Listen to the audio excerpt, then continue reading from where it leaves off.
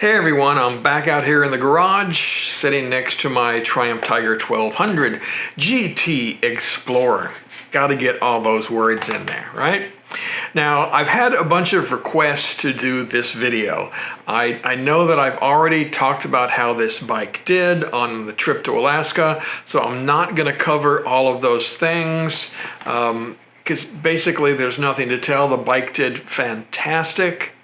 And it had no problems whatsoever. In fact, in the 30,000 miles now that I've had this motorcycle, again, it's only given me one tiny little problem, and that was a leaky gasket when I first purchased the motorcycle in the oil filler cap. And that was solved by putting a slightly larger gasket in. Right? So other than that, again, zero problems with this bike.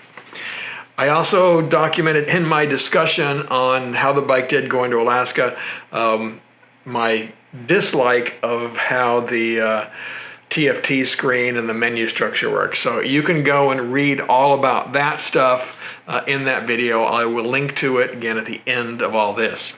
So what I'm going to focus on now is the service that I had, and because I know that's what everybody wants to know. How much did it cost and all of those kinds of things. Because I'm one of the first guys I know that's put this many miles on these bikes and had to have that done. So I have the service repair order right here, and we'll go over all of that. So if you have one of these, you know what to expect. Now, my dealer lists this as a 10-hour service, and their service rate, right, their hourly rate is $160 an hour. So you can imagine right off the top, this is going to be $1,600 worth of labor, plus a few parts. All right, again, we'll go over all of that stuff here in a minute. Now, I know that some of you are going to go, oh my God, that's way too much money, and how can anything take 10 hours to work on? Well, let me read all of the things that were done during this service.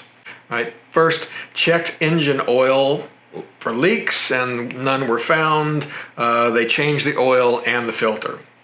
Changed the air filter, which means you have to take the tank and everything off. But they're also doing the valves, so they have to do that as well. Changed the spark plugs. Checked the valve lash. They found one exhaust valve was tight, again, and they adjusted it. They adjusted the camshaft timing. Checked the fuel system for leaks. Again, none were found. Checked the coolant system. Again, no leaks were found there. They checked the coolant levels. It was all good. Checked the clutch. They lubed the clutch. Again, all of that stuff was good. In fact, they lubed all of the controls. They checked the wheels for damage. Again, none were found. Checked the wheel bearings for smooth operation. And again, they were found to work well. And checked the tires, and no damage was found. They set the tire pressures, again, when all was done, to the proper specs. And here are some of the big ones, though. They removed the front end and cleaned and repacked the steering head bearings. Right, so that's scheduled to be done every 20,000 miles.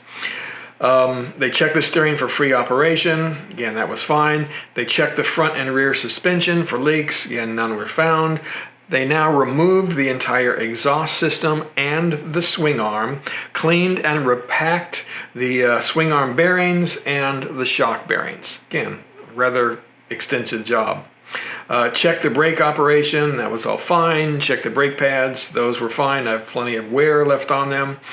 Checked the brake fluid levels, that was all good. Checked the final drive for leaks, again, that was good. Checked all the lights and switches and everything. Right, they lubed the center stand, and then they performed the smart scan, and everything was up to date, and auto scanned, that passed as well.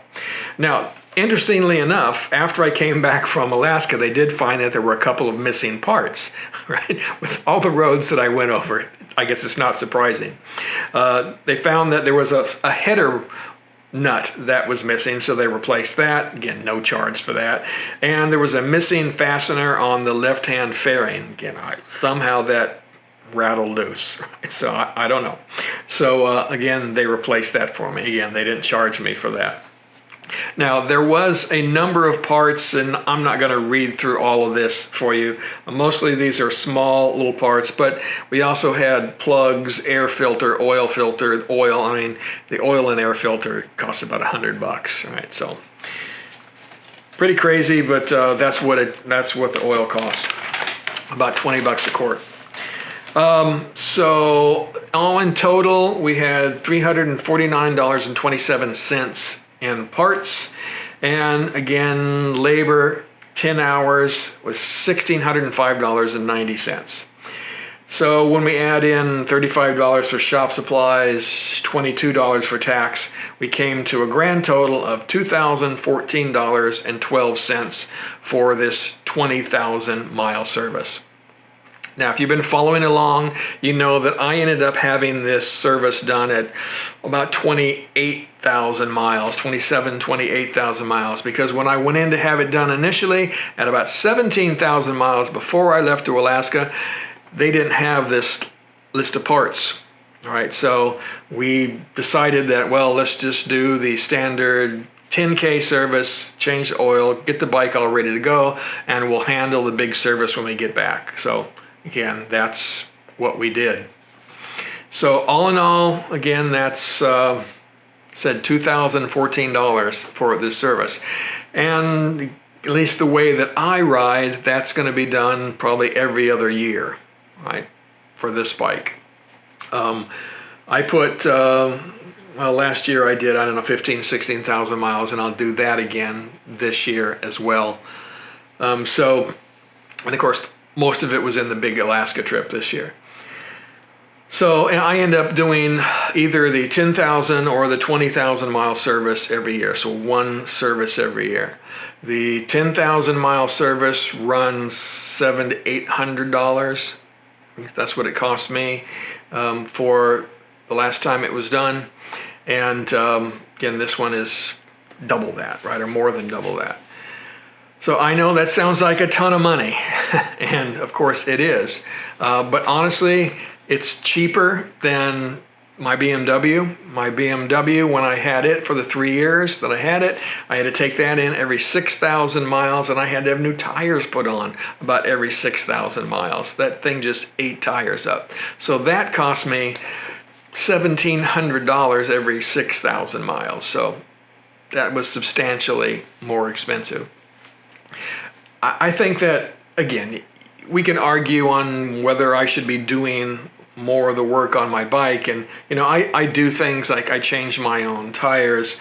I can change brake pads. I can change the oil, you know, all of that stuff. But I'm still going to have to take it in once a year, right, to the dealer. Because they're going to need to hook it up to the computers and make sure all that stuff works. And quite honestly, I don't personally want to get into removing the rear swing arm and the bearings and all that kind of stuff. Could I do it? Yeah, but it's just a lot more work than I really want to get into. And then, I don't know, any specialty tools that I need to buy and all that. Again, for me, at this point in my life, I'm just going to take it to the dealer, and again, I'm going to let them do it as long as they continue to do a good job on it. And I'll take care of those things that I can do to save me a little bit of money, again, like tires and so forth. So that's where we are on this. Now, if we take a look at all of the services that I've had done in 30,000 miles, I had the 600 mile service, and that was about $400. And then I had the 10,000 mile service, again, it's about $700. I had, again, another 10,000 mile service before I left here, another $700. I did a service while I was on the road. That was about $600, again, not including tires, right? And then I came back here and we had service of $2,000 roughly. So about $4,400 worth in total service. And that comes out to, with 30,000 miles now on the bike, about 14.7 cents a mile. But you know what? Again, who cares about all this stuff really, right? I just want to make sure that the motorcycle runs well and works well, right, and doesn't cause me any problems, right? So I'm going to spend the money. It's fine. I don't have any problem with it. Again, spending the money and letting the pros do the work. Again, I just don't want to spend that much time taking care of this thing. I would rather do other things like make videos, right? And ride the motorcycle and go on trips, right? Rather than sit around and work on it. But again, that's just me. Everybody has to make their own choice. So, all right, guys, that's it. Short and sweet. Keep riding safe and, of course, keep squeezing your lemon.